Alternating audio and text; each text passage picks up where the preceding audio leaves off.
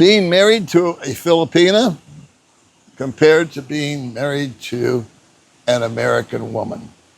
The differences are as far as the East is to the West.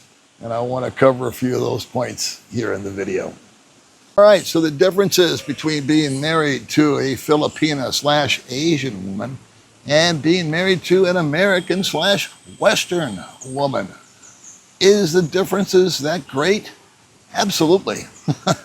And not all Filipina relationships are sunshine and lumpia.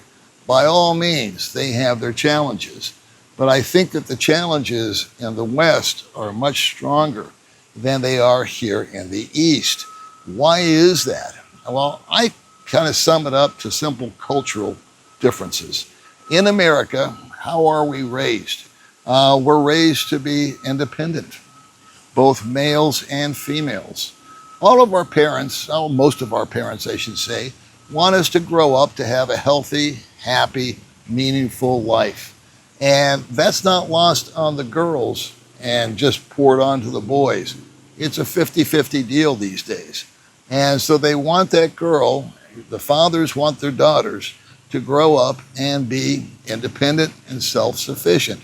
Go to college if that's an option, get a degree, get a good job, start to make some money, be able to take care of yourself so that you're never without. That's just a normal parent desire. Sometimes I believe it's taken to the extreme. And women have taken that whole independent thing and decided to run with it so much that they're running it right into the ground. They're constantly, I shouldn't say constantly, but frequently, women will be in a competition with men, and that is not lost when you put the ring on her finger. My wife in America, I was married for her for 10 years. She never slowed down. Although I provided for them, I was the provider. I had the job. I brought home the check. I put the roof over the head, the food on the table, the car in the garage, yada, yada. But she still would continue to try and venture out and find these little businesses that she could do, start, and in some way, shape, or form, I think it was in the back of her mind that she kind of wanted to one-up me and say, look, I don't really need you. I can do this. I can do that. And she got involved in some really wacky stuff like multi-level marketing and all this other nonsense that did nothing but drain our bank, and she never made shit from it. But that is what it is. She wouldn't let it go. When I would come home at night, it wasn't really something that I looked forward to. Now, this may have just been the girl that I had picked because she was a little different than the average bear out there, I'll be the first to admit. And I believe she was an extreme case of perhaps being a tad bipolar, narcissistic, and all those other lovely qualities that human beings endow. However, that being said, she was my choice, so I needed to own it. I would be expected to, after 10 or 12 hours at work, help with the housework, or on my day off, instead of going out and playing a game of golf or just having a day where I could just flop. No, we had the honeydews, and the kids needed to go here and there and this and that and the other, because you know what she needed? She needed a break. I was like, what do you need a break from? You've been in your pajamas all day. How hard can it be? You know, you're running around with all these little rugrats. What the hell's the problem? And so I would be at work, slaying dragons, and she's over there wiping noses. No comparison. Come on. Anyway, that being said, there's just this competitiveness, there's an aloofness, and there's always this kind of feeling in the back of my mind that she was coming along and she would be the one that had the value.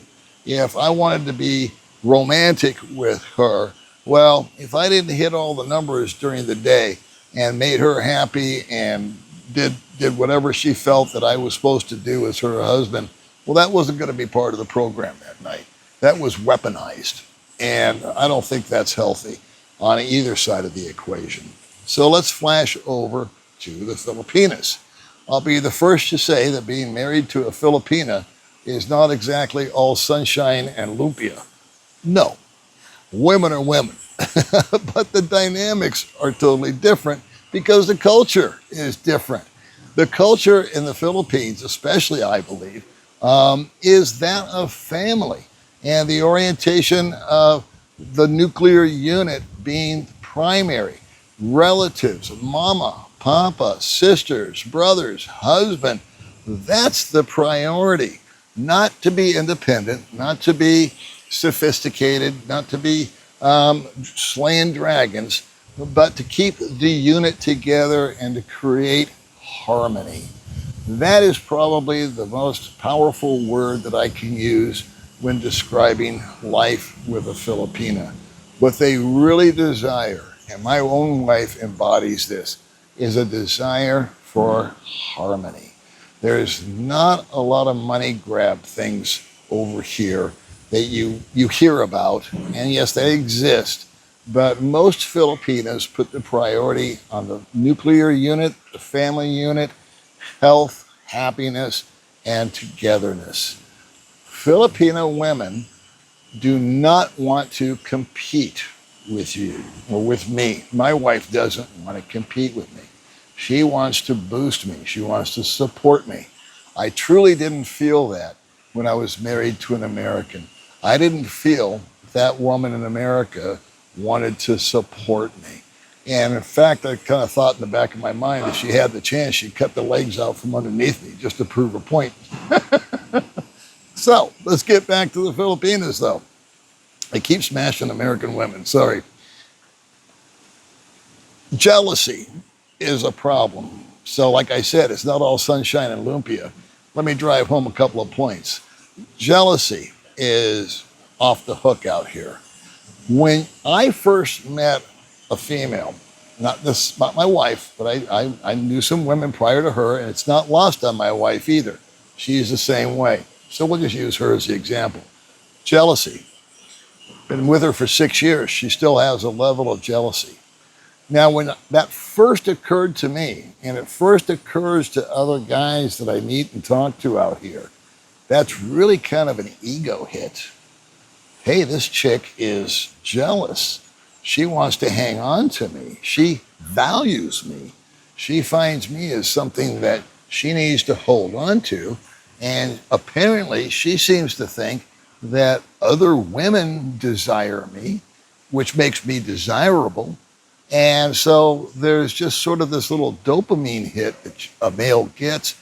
And he says, wow, I mean, it must be true. I must have value because she's afraid the next lady that's going to come along is going to be a little younger or a little prettier or a little this or a little that and snack me away from her. And she'll do anything in her power to prevent that from happening. However, that gets a little old. At first, it's very complimentary. But at a point, it gets to a point in many relationships, mine and others that I've known, where you've had to say, just stop already. Okay, I'm not looking at other women. I don't care. And for them, I believe, I'll use my own wife as an example. Over time, she came to find out that no, Paul's not going to ever wander off the reservation and go off with someone else. Yet, it's very important that I not be seen sitting and talking to another female out in public, because here's problem number 2. Public perception and what other people think. It is on steroids out here, kids. They are all so concerned about what everybody else is saying about them. And as much as I've tried to drill it into my wife, why do you give a rat's ass what other people think? People don't think of you very often to begin with. And so you think it's a big problem, but it's the boogeyman. It's something under the bed that's not really there. Nobody's talking about you as much as you think they are, but it is a certain paranoia that you just can't shake. And then the last one is clinginess. They will not, in my experience, and I've heard it from 100 other guys, so I know it's not unique to me. The cling factor of wanting to be with you all the time, next to you all the time. Again, in the beginning, it's awesome. You feel desirable. You feel like you have value. You feel like you're getting some positive affirmation. Very, very good. But all good things, too much of a good thing, will become sour.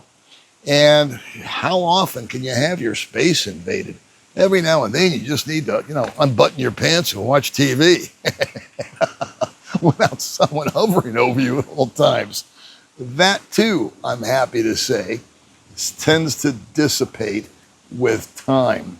So if I was going to wrap this whole thing up, and I'm trying to keep this as short as possible, I believe the pluses out here in the Philippines, as far as a relationship with a female, is much superior to that of back home in the United States. I don't feel a level of competitiveness. I feel there's much more of a feminism, a lack of feminism out here as opposed to the States.